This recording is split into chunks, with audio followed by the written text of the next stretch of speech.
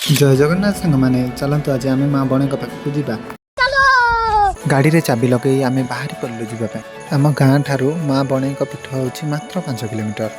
कौन है ये लोग, कहाँ से आते हैं ये? वर्तमान आम आसी पहुँची गलु माँ बणे पाखे चलतु माँ पाखक जा। ये हूँ माँ बणे पीठ, ये होती माँ बणे।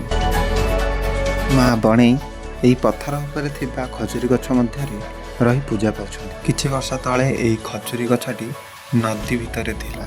लोक मानकटु शुणिबाकु मिले कि नदी रे जेते पानी आसिले भी ए खजुरी गछ को भसाई नहीं पारु नथिला। माँक महिमारो निकटस्थ शाळपल्ली ग्रामर ग्रामवासी मिलित होई ए मंदिर निर्माण करछन्ति। माँ बणे को माँ क्षीर खाई बोली मध्य डाकन्ति। माँ बणे हेउछन्ति आम अंचलर प्रसिद्ध देवी। ए रास्तार जाउथबा प्रत्येक लोक गाड़ी ओह्ली माँ को प्रणाम जणाई जाइथान्ति। एबे मध्य माँ को मंदिर निर्माण कार्य चालू अछि। जदि आपण माँ बणे को भल पाती तबे आम चैनल को फॉलो एंड सब्सक्राइब करि नेबे।